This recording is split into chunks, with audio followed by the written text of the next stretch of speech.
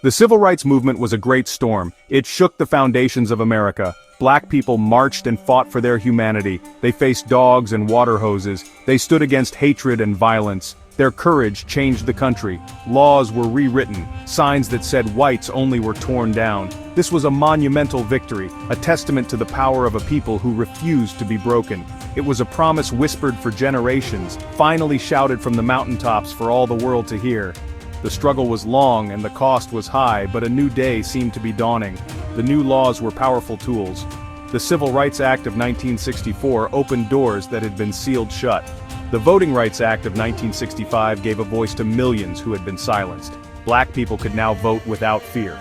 They could sit at any lunch counter. They could attend schools that once rejected them.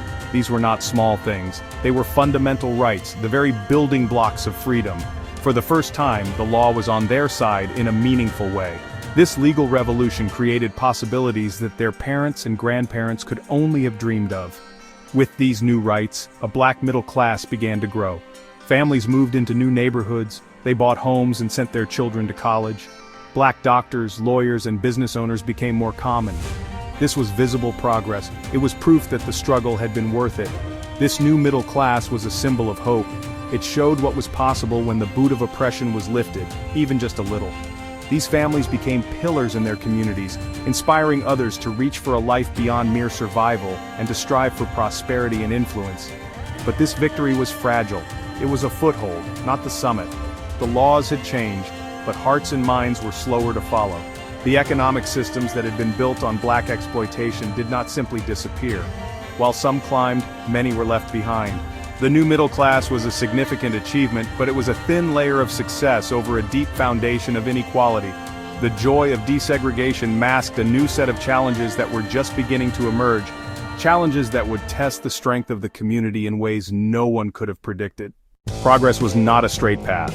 As black people gained access to white spaces, black-owned businesses began to struggle.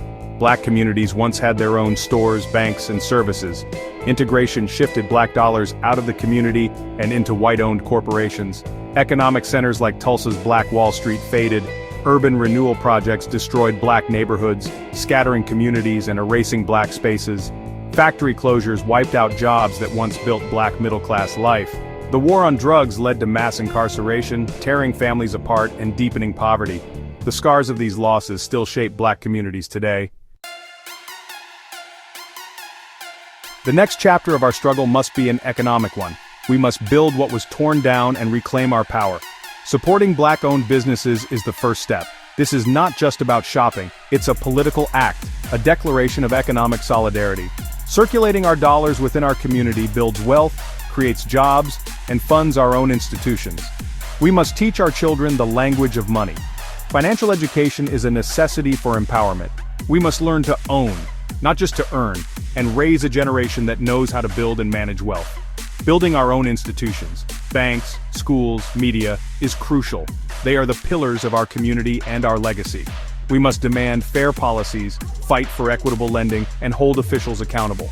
Only then can we dismantle barriers and achieve true economic liberation.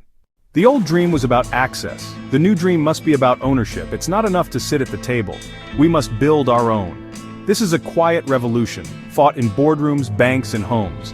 It's about building power and an economic base that cannot be ignored. This is the next step toward true freedom, moving from protest to power. This movement must be rooted in unity. The success of the black business owner is tied to the well-being of the black worker. We must control our own narrative and tell a new story, one of resilience and excellence. By defining ourselves, we reclaim dignity and inspire the next generation. The dream of empowerment is a future we can build, together, brick by brick.